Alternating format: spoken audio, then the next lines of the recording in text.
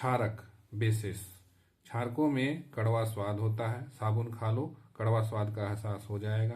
क्षारक छूने में चिकने लगते हैं, साबुन को छू कर देख लो चिकना लगता है, साबुन क्या है? क्षारक है। क्षारक लाल लिटमस को नीला कर देता है।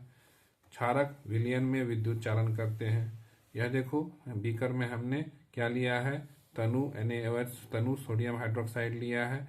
जब हम करंट इसमें बैटरी से तार में देते हैं तो बल्ब जलने लगता है। तो इसका मतलब क्या है? तनु NaOH जो है वो क्या है? यहाँ पर विद्युत चालन में सहायता करती है। क्षारक जो जल में विलय होता है क्षार कहलाता है। NaOH, KOH, calcium hydroxide, sodium hydroxide, potassium hydroxide, magnesium hydroxide, ammonium hydroxide, ये सभी में ना जल में बहुत हद तक घुल जाते हैं। इस कारण से ये सभी क्षार जो हैं क्षारक क्या कहलाते हैं? क्षार कहलाते हैं, है ना। क्षारक एक पदार्थ का है जो जल में विलय होकर विलयन में हाइड्रोक्साइड आयनों को उत्पन्न करते हैं। जितने भी आपको क्षारक मिलेंगे वह विलयन में यानी जल में घुलने के बाद हाइड्रोक्साइड आयन OH- को उत्पन्न करते हैं। एग्जाम्पल के तौर पर यहाँ पर हम लोग देखते हैं सोडियम हाइड्रोक्साइड, जब इसको जल में घुलाया जाता है तो OH- हाइड्रोक्साइड आयन दे रहा है। उसी तरह से पोटेशियम हाइड्रोक्साइड को भी जल में घुलाने के बाद हाइड्रोक्साइड आयन मिल रहा है।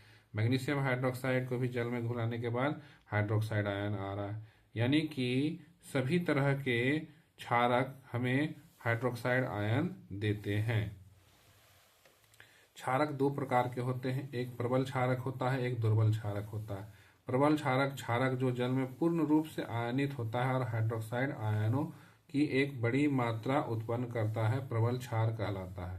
NaOH यह प्रबल क्षार है, 100% हाइड्रोक्साइड आयन मिलता है, तो यह हमारा क्या हो गया? प्रबल क्षारक। पूर्ण रूप से विखंडित होकर NaOH Na+ और OH- में बदल जाती है।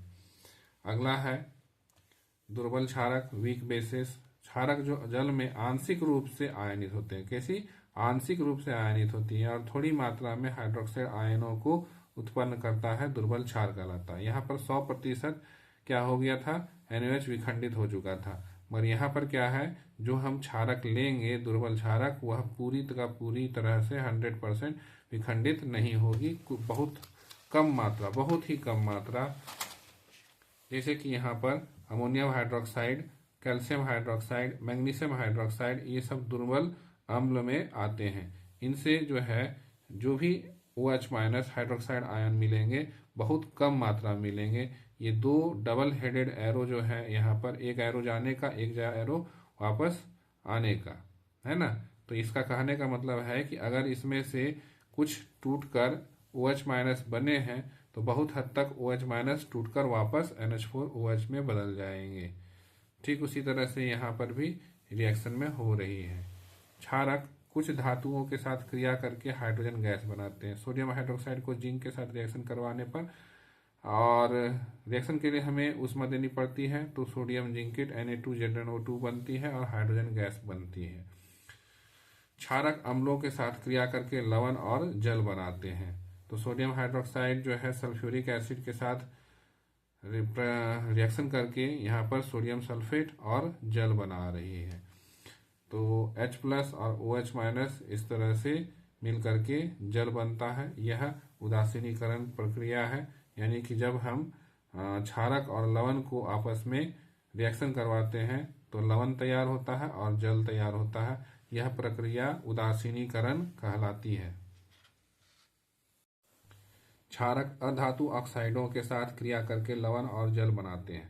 अधातु ऑक्साइड क्षारक के साथ क्या करते हैं? लवण और जल बनाते हैं। तो कैल्शियम हाइड्रोक्साइड को अगर कार्बन डाइऑक्साइड के साथ यहाँ पर रिएक्शन करवाया जाए, यानी कि यह क्या है? क्षारक है और यह क्या है? अधातु ऑक्साइड। अधातु कौन है? कार्बन।